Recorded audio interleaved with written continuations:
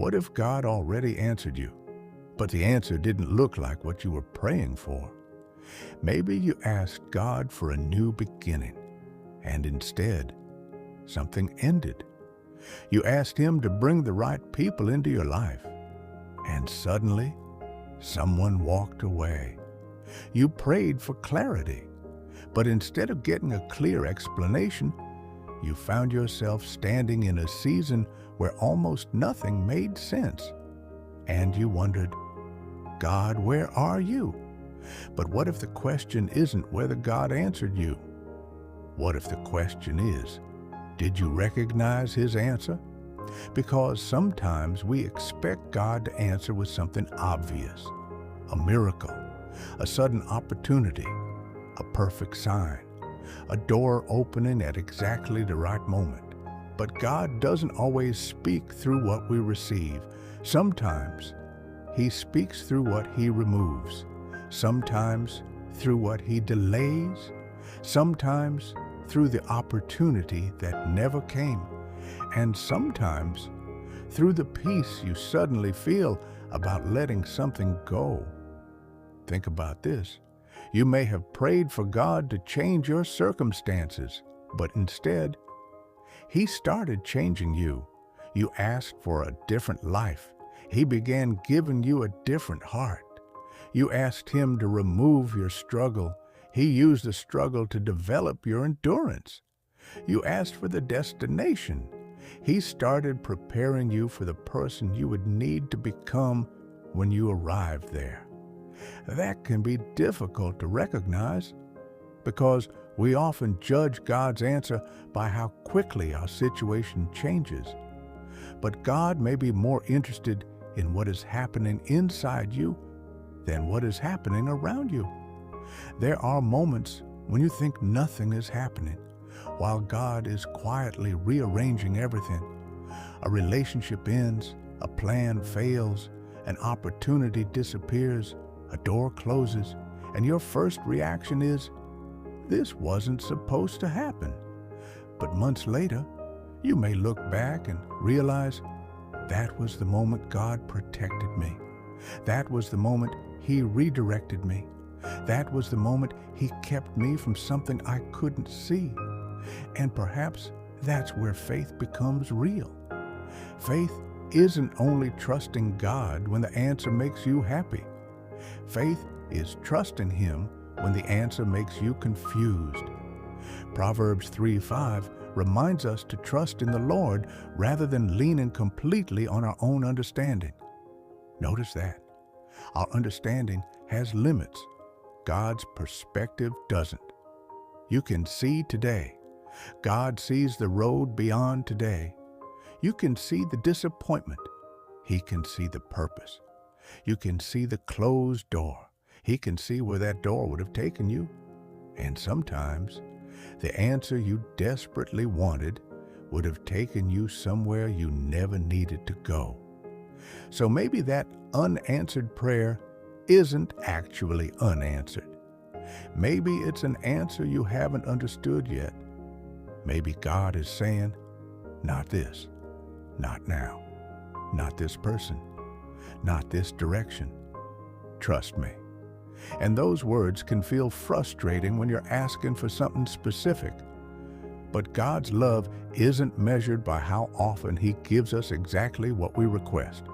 Sometimes His love is revealed in what He refuses to give us. Because a loving Father doesn't simply give a child everything they ask for.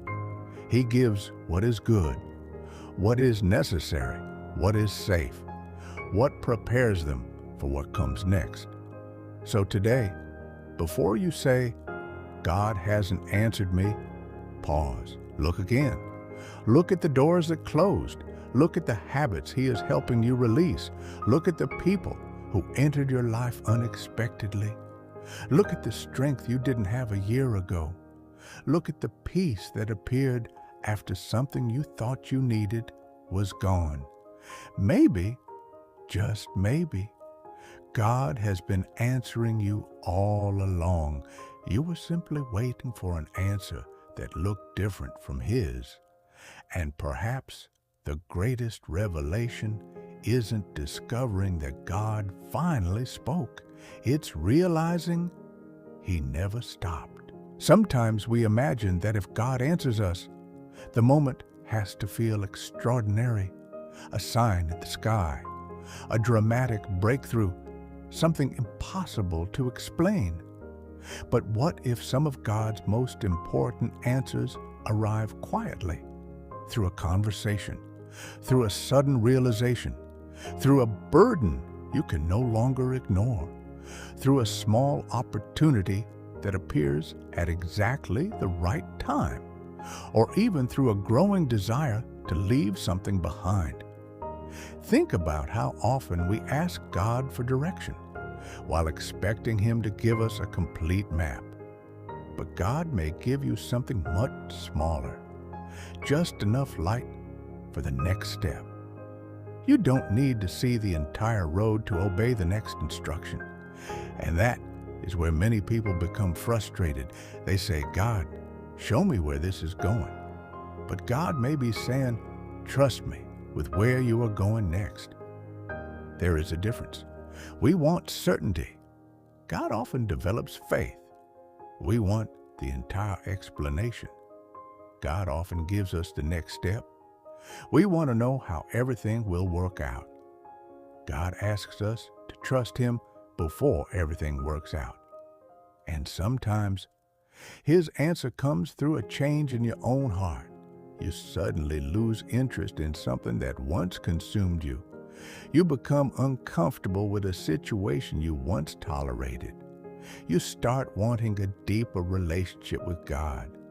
You begin craving peace instead of attention. You stop chasing approval. You become less interested in proving yourself. At first, you may think you're simply changing, but perhaps God is doing something deeper. Perhaps He is redirecting your desires. Romans 12:2 speaks about the transformation that happens through the renewal of our minds.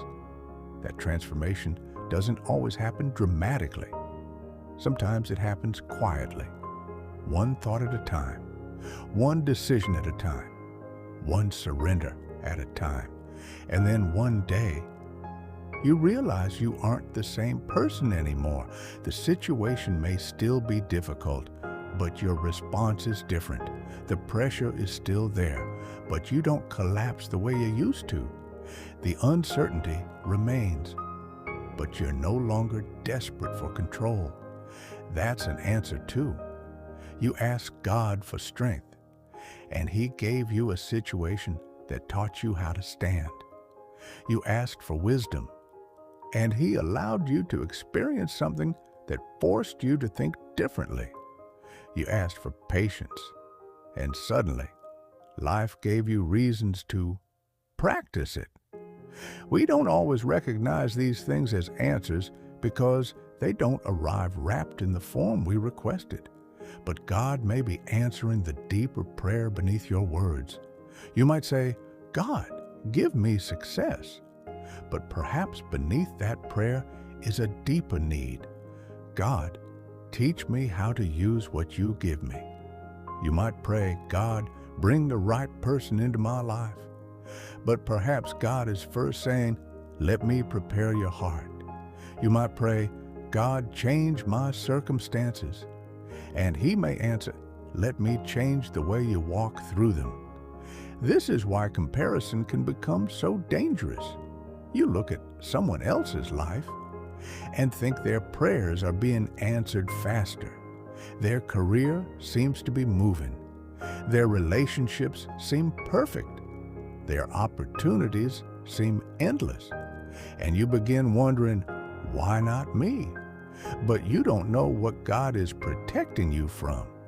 You don't know what He's preparing you for. And you don't know what would happen if you received something before you were ready to carry it. A delayed blessing isn't necessarily a denied blessing. Sometimes, timing is part of the answer. Imagine planting a seed. You don't dig it up every morning to check whether it's growing. You trust the process. You water it. You give it sunlight and you wait. The fact that you can't see what is happening underneath the soil doesn't mean nothing is happening. Your life may be like that right now. You may look around and see no evidence, but underneath the surface, God may be developing something you aren't ready to see yet. Character, wisdom, discernment, strength, faith. And when the right season comes, you may understand why the previous season had to happen. So don't dismiss the small things, that conversation that challenged you, that opportunity that appeared unexpectedly, that inner conviction telling you to stop, that peace you felt after surrendering something, that desire to return to God, that sudden courage to begin again. Pay attention, because sometimes God doesn't shout. Sometimes He whispers through the ordinary and asks you to become still enough to notice. And perhaps today, the answer you've been asking for isn't somewhere far away. Maybe it's already sitting quietly inside the moment you're living right now. You just have to recognize it. There comes a moment in your walk with God when you stop asking, "Why hasn't He answered me?" and begin asking, "Lord, what are you trying to show me?"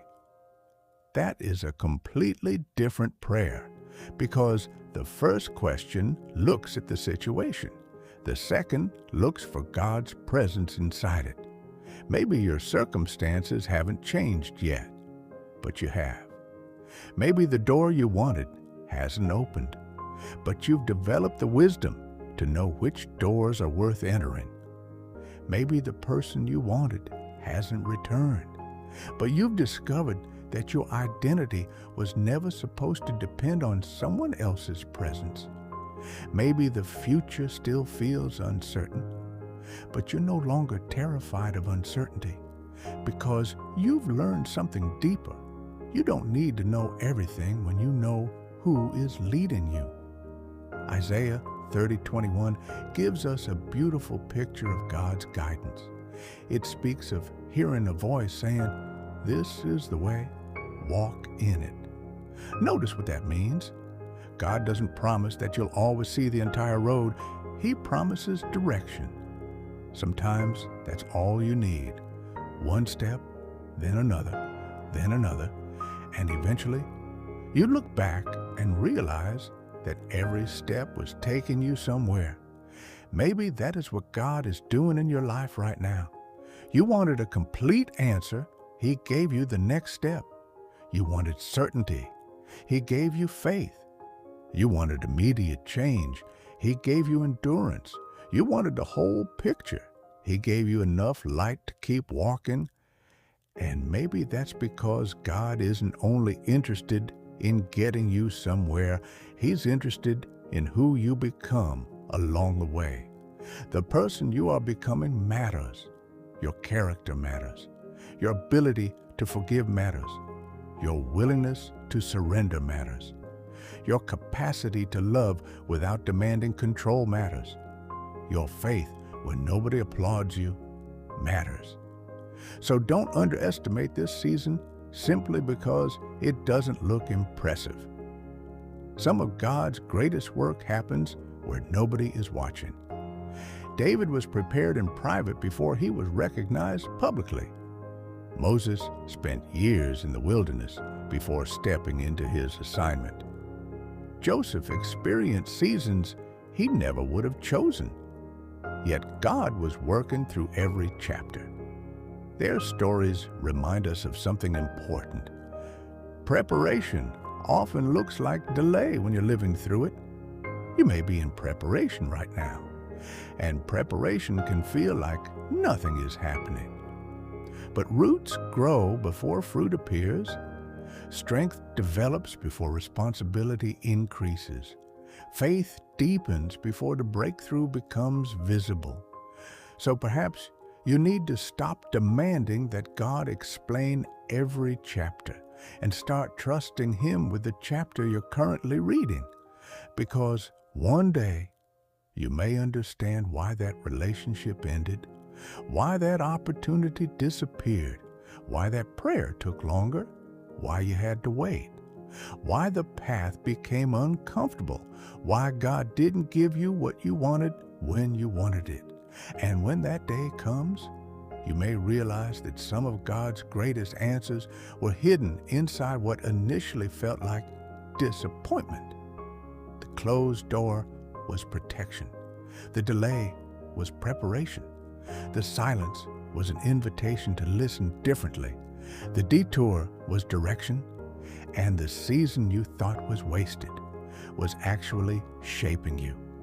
So if you're waiting right now, don't assume you're forgotten.